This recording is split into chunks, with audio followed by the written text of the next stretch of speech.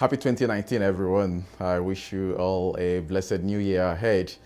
It's an exciting time once again, and I'm glad to welcome everyone into the new year on behalf of the OCI Foundation. I hope we all had a Merry Christmas, and I'm wishing all the best that comes with the new year 2019.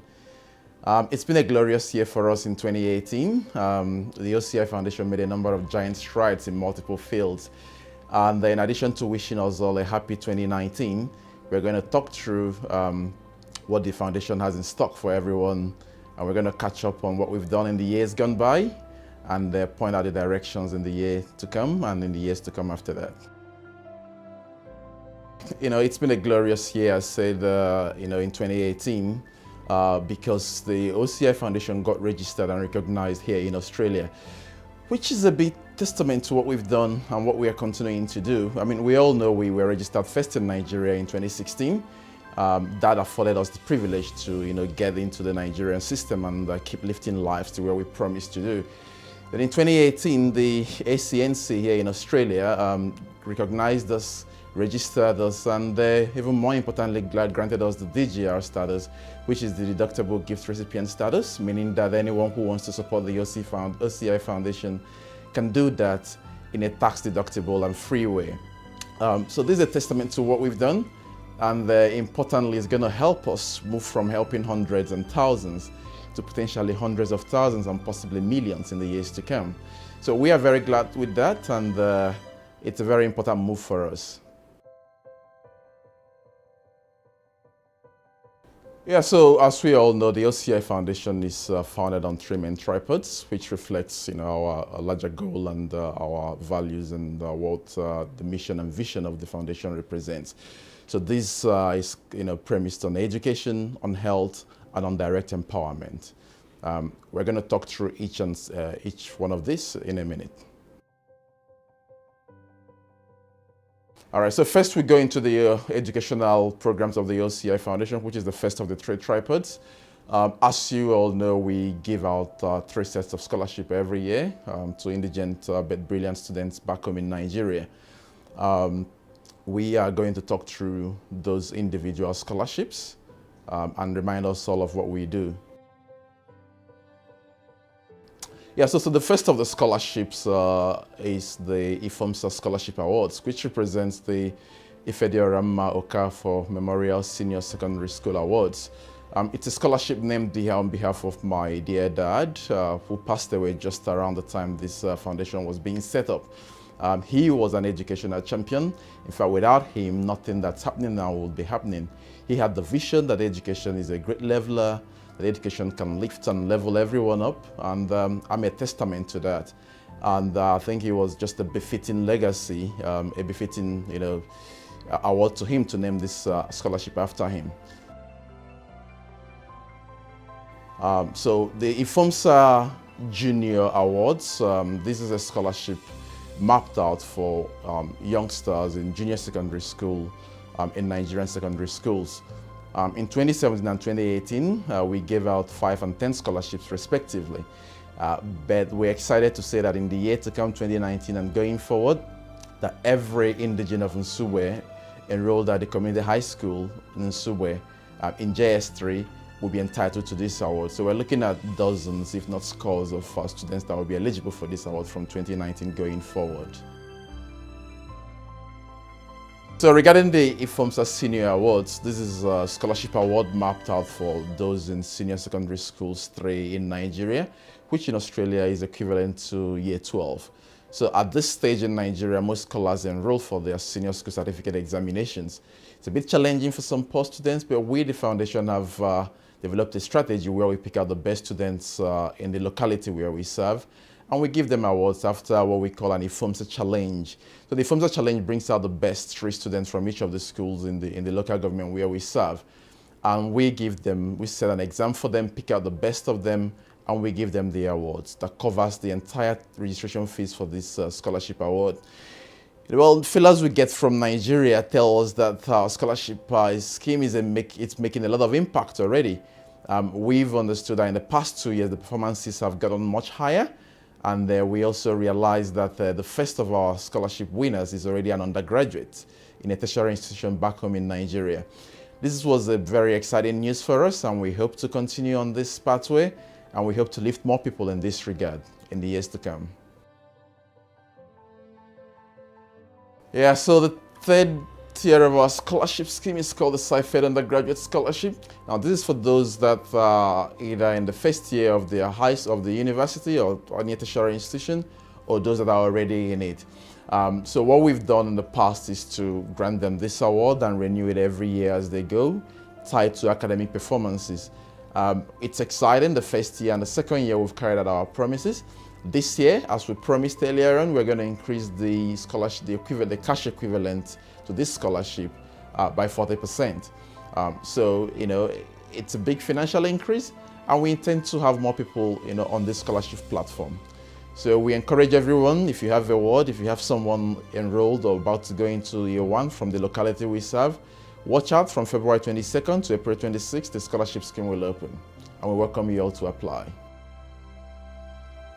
Our health activities have been great. Last year and the year before that, we made giant strides. In the first year, we had nearly 450 students that attended our symposium. Last year, we had about 300, and these are just the students that came. We still have their teachers and some other staff that attended the event, and the feedback we got have been tremendous. So we do, teachings on how to prevent breast and cervical cancers, and it's been exciting. Everyone appreciates what we do, and this is the early stages of what we intend to do to save lives. Going forward from this, we intend to change the approach of what we do from 2019 going forward. So the OCI Foundation is very, very proud to announce that we are going to introduce these strategies in the curriculum of senior secondary schools in Nigeria. So across SS1, SS2, and SS3, we're already working with the relevant authorities. And it's interesting to know that we have the backing of the Harvard Medical School, who, in association with the OCI Foundation founder, is currently developing the curriculum in question. Just as we may not know, the OCI Foundation's president is actually, which is my humble self, is actually undergoing a program with the Harvard Medical School, which, this is part of what we are doing to help make sure we touch not just hundreds, but thousands and millions of Nigerian young ladies. So it's exciting times, and not just the Harvard Medical School. Most NGOs in Australia, the government in Nigeria, and other NGOs in Nigeria are all part of this novel initiative. I have to also add that we're going to be rolling this out first with Anambra State, which is my home state back in Nigeria. We also have another state in line that we're going to be the second to roll this program out in. And then after that, we go to the rest of Nigeria. So everyone brace up. It's an exciting year ahead on our health front. Yeah, so we have an exciting program. We're going to call it the Arm Our Youths campaign. So breast and cervical cancer fight, the Arm Our Youths campaign. So we're going to arm them young, we're going to arm them all, and we're going to arm them now. So this is going to be the slogan. Watch out for this slogan. It's going to be a household slogan in the next few years to come. So everyone, stay tuned for this ride. It's going to be interesting. Yeah, so the third leg of our tripod is what we call direct empowerment. Now, this is the only leg that we have not started yet. But we are excited to say that this will later come up in late 2019 or in 2020. So this is designed to assist those youngsters that are not in formal education, because we acknowledge the fact that we have a lot of brilliant young people out there who are not privileged to be in schools. Now, the OCI Foundation has not forgotten this group of people. So we intend to roll out a program whereby we're able to, sustain their dreams, empower them with either funds or resources or opportunities to help build on the skills they've got, or give them the skills that they don't even have. So that's that, and that's going to happen either late this year or from 2020. I wouldn't end this discussion or this speech without acknowledging, the people that have brought us this far. Well, first our thanks go to the Almighty God, who's made it possible for us to get this dream, get this idea, and stay focused on our dreams and actualizing them. We're grateful to Him, and we hope that His grace will continue to abide by us. We have others that have been very vital to the success of this program. First is the Vice President, who's my dear wife. Without her, we wouldn't be where we are. Then we have Barrister Onyechi Onanya, who's the legal advisor to the OCI Foundation. He's been tremendous in getting us to where we are. We also have other trustees of the foundation. There's Dr. Eche Omoka, based in the US, and we have Dr. Ekaba Henry, who's based in Enugu, Nigeria. These guys have been fantastic in getting us to where we are. And we have also some directors of the OCI Foundation Australia. We have Mr. John Weze, based in London, the United Kingdom. And we have Pastor Nico Smith, who's based in Tasmania, here in Australia. And we also have a number of other staff that has been extremely useful to the success of what we've been doing. Mrs. Imelda Emeka was the personal director of the PPSSC in Anambra State, Otocha Zone. She's been very, very useful to what we've been doing. We have a former Madeleine Ifediora, who's been our office director, and she's been extremely helpful. Yeah, and we also want to say a big thank you to Mrs. Marian Irabo for accepting to assist us. So you've done a tremendous job so far, and we thank you for all you've been doing, and we hope to have you for many more years to come. We also need to thank some other people that have helped us, the media assistant to us, Njideka Ezonyejiaku.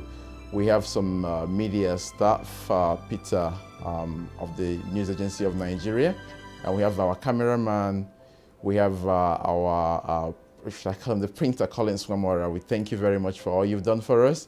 And there's so many other people that are too numerous to mention. The current zonal director of PPSSC in Anambra State, the zonal chairman of the PPSSC, and many others, many others too numerous to mention. And we have our legal advisors here in Australia, the Clayton Woods lawyers. We thank you very much.